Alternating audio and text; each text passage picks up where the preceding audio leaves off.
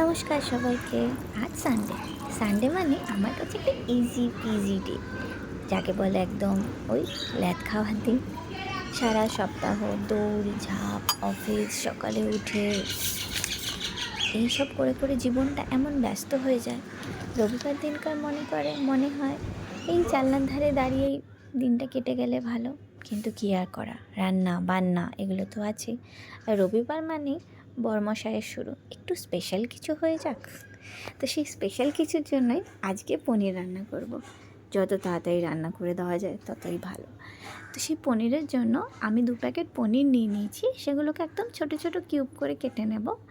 আর তোমরা তো দেখলেই ক্যাপসিকামটা আমি আগেই ছোট ছোট কিউব করে কেটে নিয়েছি। এখানে 2 প্যাকেট পনির নিয়েছিলাম আমি। এই 2 প্যাকেট পনিরই একদম ছোট ছোট কিউব করে কেটে নিয়েছি।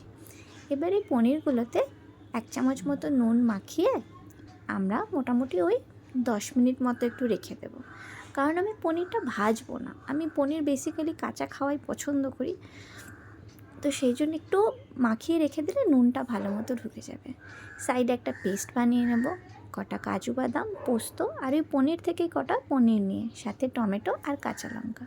পেস্টটা বানানো হয়ে গেলে ওই কেটে রাখা পনিরের মধ্যে দিয়ে দেবে। পুরো পেস্টটা দিয়ে বেশ খানিকটা করে ধনে গুঁড়ো আর একটু নুন, একটু মিষ্টি দিয়ে মাখিয়ে নেব। ও সাথে করে ওই যে ক্যাপসিকামটা কেটে রেখেছিলাম, ওই ক্যাপসিকামটাও দিয়ে দেবো। তোমরা চাইলে নানান রঙের ক্যাপসিকাম ইউজ করতে পারো, হলুদ, সবুজ, লাল, যেরকম খুশি। আমি শুধুমাত্র সবুজটাই ইউজ করেছি। আর সাথে করে দেবে 2 চামচ মতো সর্ষের তেল। ভালো করে দিয়ে এবার এটাকে মাখিয়ে রেখে প্রায় 15-20 মিনিট মতো রেখে দাও। এই রান্নাতে মেইন জিনিস এই মাখিয়ে রাখাটাই, এর বেশি করার মতো আর কিছুই নেই রান্নাটায়। 15-20 মিনিট হয়ে গেলে পরে গ্যাস অন করে কড়াইটা বসিয়ে দাও। গরম হয়ে গেলে পরে তাতে সাদা তেল দিয়ে দিলাম। সাদা তেলের সাথে তোমরা একটু ঘিও মিশিয়ে দিতে পারো, বা যদি চাও সর্ষের তেলেই করতে পারো। তো এই তেলটা গরম হলে পরে একটু গরম মশলা দিয়ে দিলাম, সাথে একটা ছোট্ট দেখে তেজপাতা।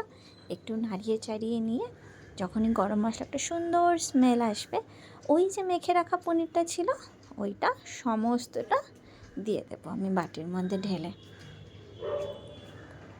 ব্যাস, আর তেমন কিছু মশলাপাতি দেওয়ার কিছুই নেই।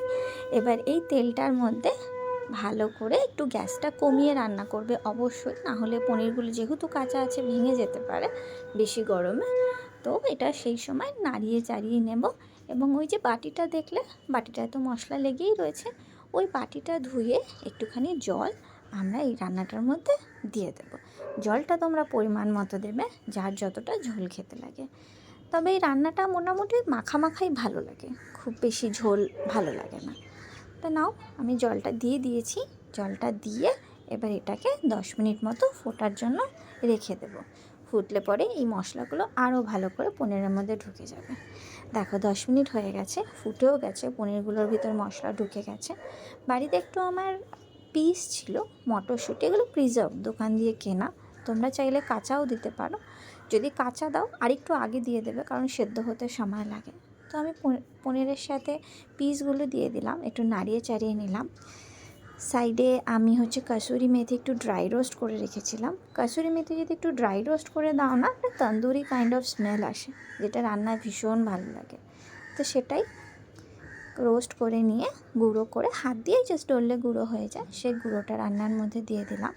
দিয়ে সেটাকে নাড়িয়ে চাড়িয়ে নিলাম, ভালো করে মিশিয়ে নিলাম।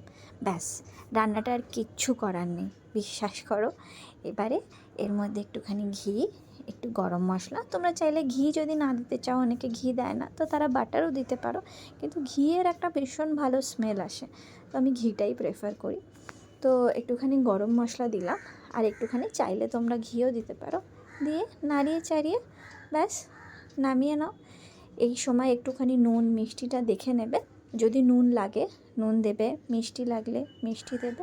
এই রান্নাটা একটু মিষ্টি মিষ্টিই ভালো লাগে, বেশি ঝাল মশলা ভালো লাগে না। আর এই রান্নাটা ব্যাস নাও, টেনে গেছে, নামিয়ে নাও। সার্ভ করো পরোটা, রুটি বা পোলাওয়ের সাথে। আমি বাসন্তী পোলাও করেছিলাম, পোলাওয়ের সাথে পনির দিয়ে একটুখানি স্যালাড দিয়ে রেডি। কেমন লাগলো অবশ্যই জানিও। Bye bye.